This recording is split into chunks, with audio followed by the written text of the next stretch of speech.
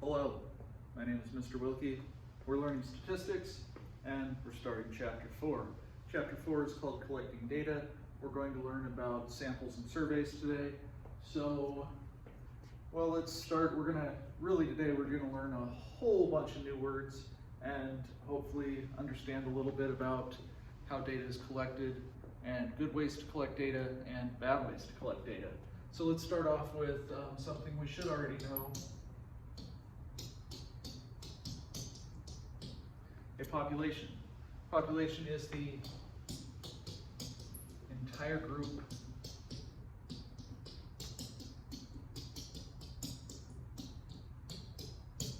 of individuals.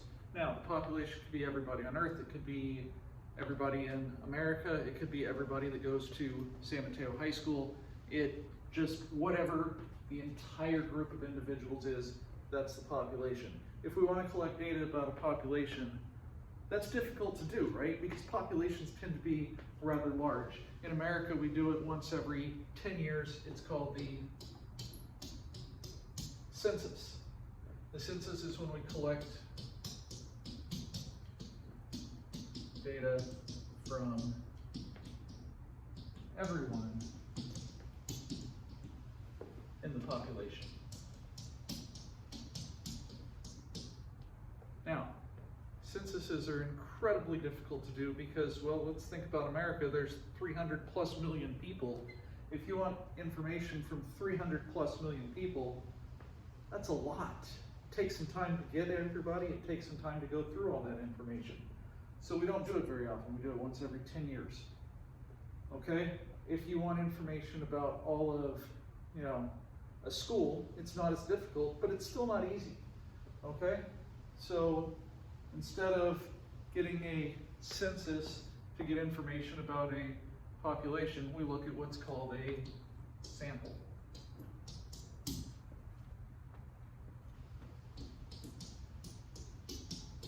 Sample is a subset of individuals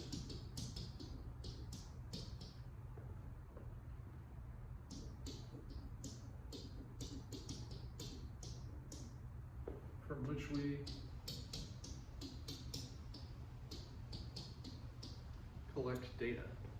Now, that seems like it might not work, but it does. And over the course of this year, we're going to understand why it works, how it works, and that, if we get a good sample, it's going to be pretty representative of the population. Okay? So we can do what's called a sample survey. Sample survey, we collect data, it collects data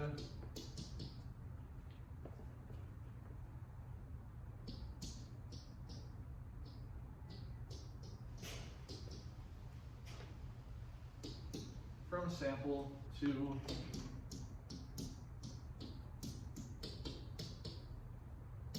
learn about the population.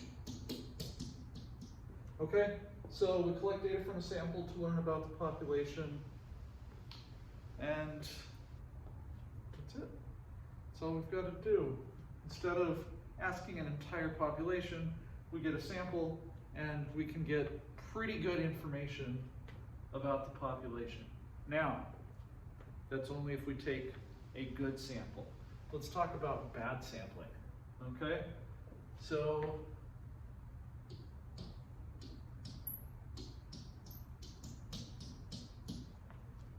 bad samples.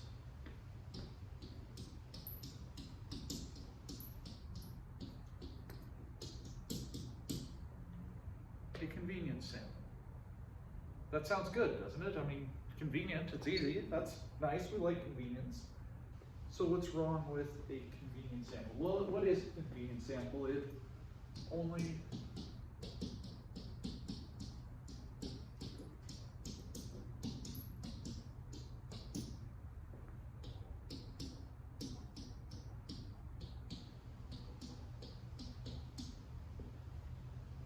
includes people that are easy to reach. Now, if I said, okay, I'm just going to ask my class this period some some information to figure things out about this high school. Okay? Would that work? It's convenient. What's going to be bad about that? Well, let's think about it. In this class, there are a couple juniors and the rest of you are seniors.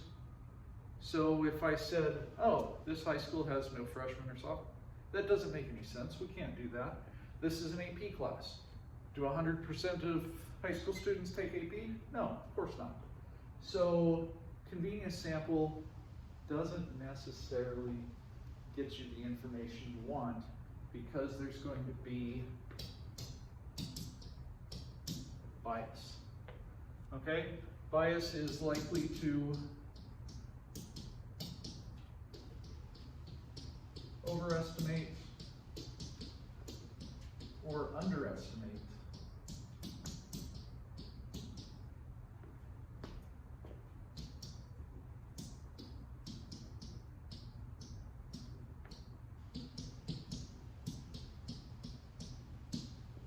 the value that we want to know. Okay? So, if I were to, well, we have an election coming up soon, right? Yes? Okay. So if I wanted to know what percent of people are going to vote for the incumbent, what percent of people are going to vote for the challenger? Well, I could ask this class, it's a convenience sample. Is there going to be bias? Of course there is, right? We're in California, the Bay Area, California. That's a very liberal area. High school students tend to be a little bit more liberal than conservative. So there's definitely going to be some bias, all right? Not a good way to actually figure out who's going to win. Okay, so what else? How about a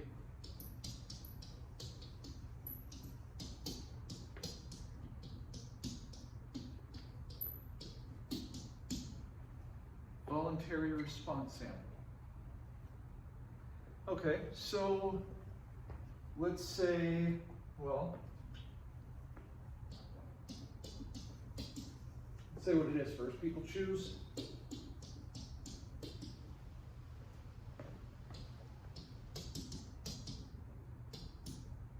to be in the sample.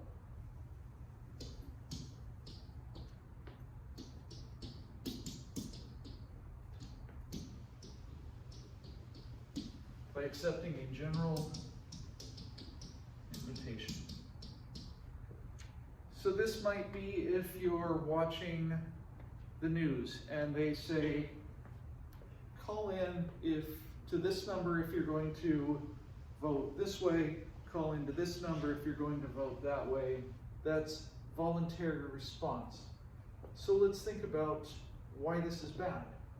Well, you're only getting people that are, decided one way or another. Not everybody's decided already. You're also getting people that feel strongly enough to take the time to call into a news station. You're also getting the people that are watching that news station. Some news stations lean one way, some news stations lean another way. If you're watching a liberal news station, you're more likely to get liberals calling in. If you're watching a conservative news station, you're more likely to get conservatives calling in.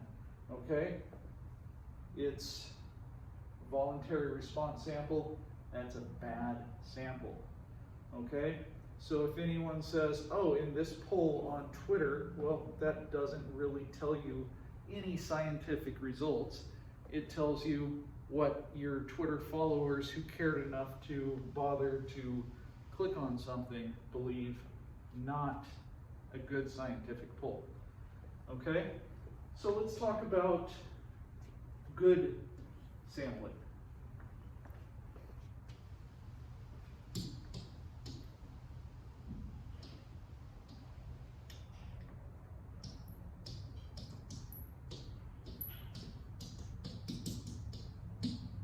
In order for it to be good sampling, there has to be some sort of random sampling. Okay? Random sampling, we use chance.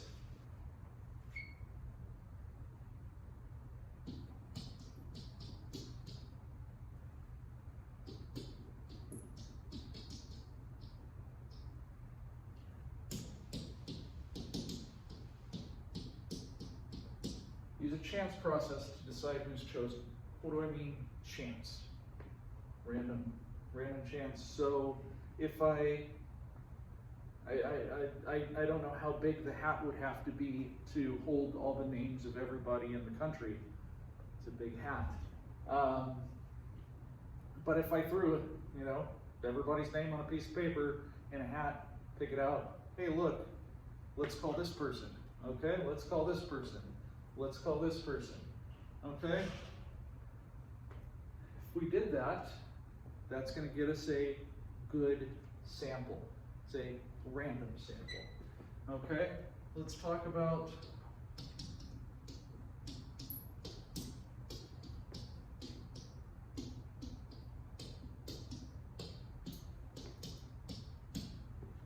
a simple random sample, which we will abbreviate SRS. So if I'm ever talking about an SRS, that's a simple random sample.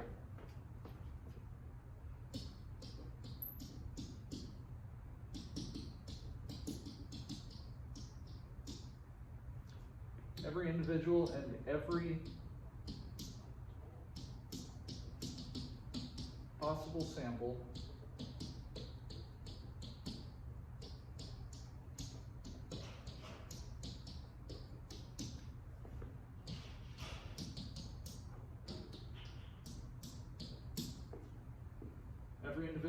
every possible sample has the same chance of being chosen.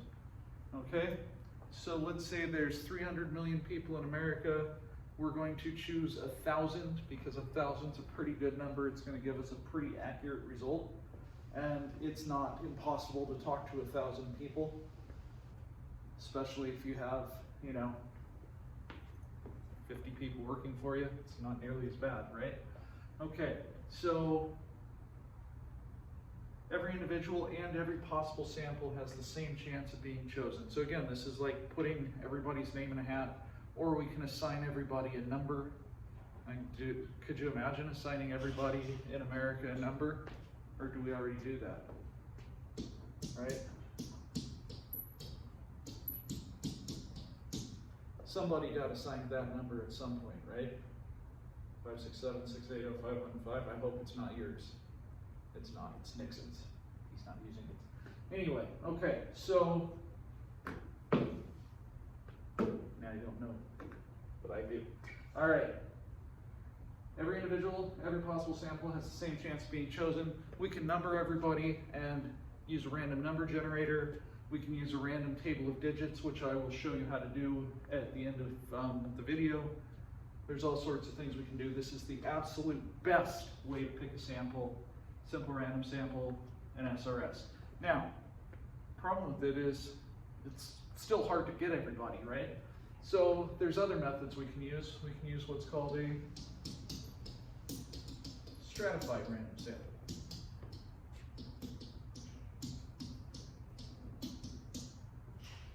Stratified random sample, we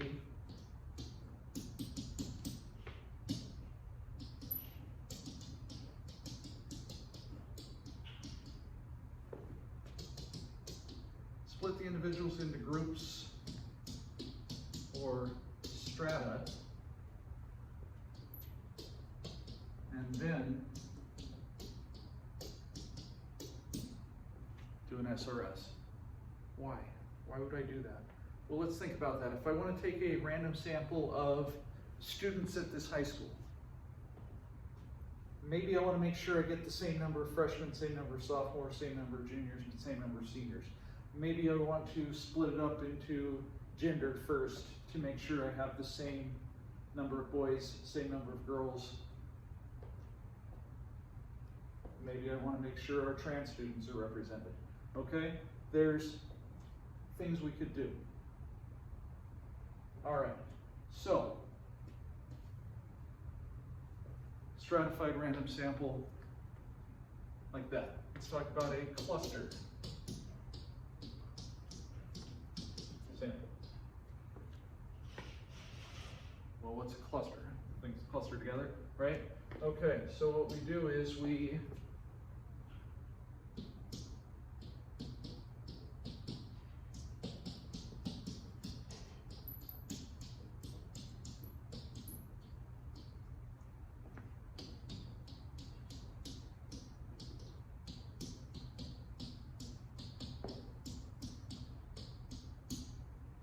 so we're going to look at clusters of people and choose a cluster at random.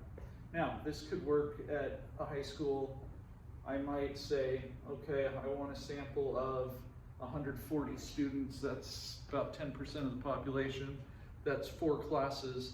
I could pick 4 different teachers at random and say, okay, I want this period, whatever. Okay? Is that a great sample? Maybe, maybe not, but it's at least got a little bit of randomness to it. It's better than a convenience sample, and it's not terrible. It's still at random, okay? Systematic.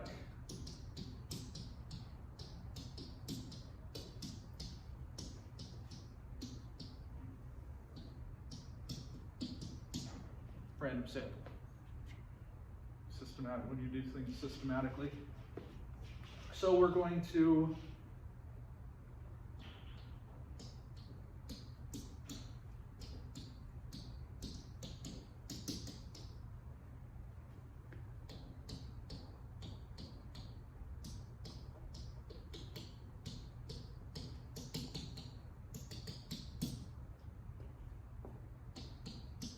number everything, have some sort of pattern with it, choose one number at random.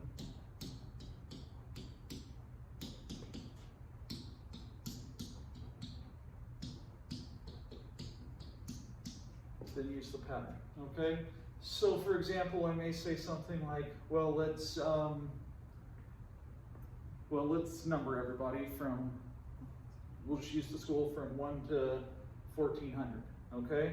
So I want to get 10%, let's pick one person, and then we'll go 10 more every 10th one after that, okay? So let's say I pick a number at random, 5, then I would look at 5, 15, 25, 35, and so on, okay?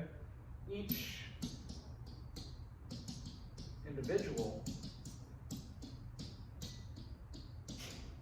has the same chance.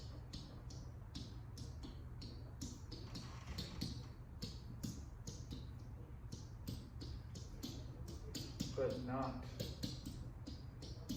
each sample. Okay? So each individual has the same chance, not each sample though. Right? Still good, probably easier, but not the best. Okay? Best is simple random sample, but sometimes you have to weigh, all right, how long is it going to take to do versus how much time you have versus, you know, how good of a sample can you get. All right, so let's talk about how to choose random numbers. So here is a table of random digits.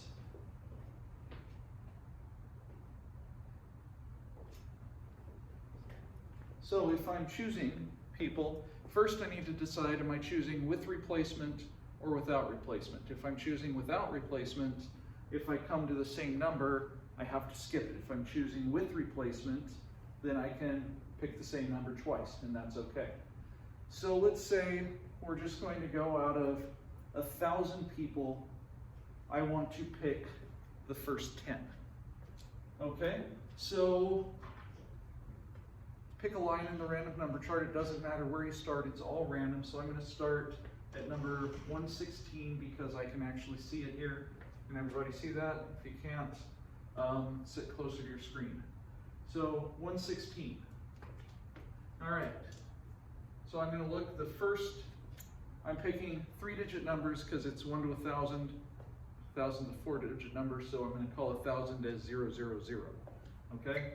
So 001 would be a number, 010 would be 10, 999 would be 999, and so on. So the first one I come to is 144, so I'm going to write down 144. The next I get to is 592. Then 605, 631. And just keep picking numbers until I have as many as I want. If I'm picking 100, I could pick, just keep going until I have 100 numbers. If I get to something that I've already picked, let's say, you know, I'd already picked 381 and I see 381 here again, I just skip it, okay? So this is towards the back of your book by the Z-chart, table of random digits. You can also use your calculator. There's a, if you hit math, go over to PRB, probability, just hit random integer and you can say how many you want from where to where and pick numbers. Okay? Does anybody have any questions? All right, well, thank you guys for listening. Thanks to Iron Maiden for the t-shirt. And yeah, we'll talk about this more when I see you.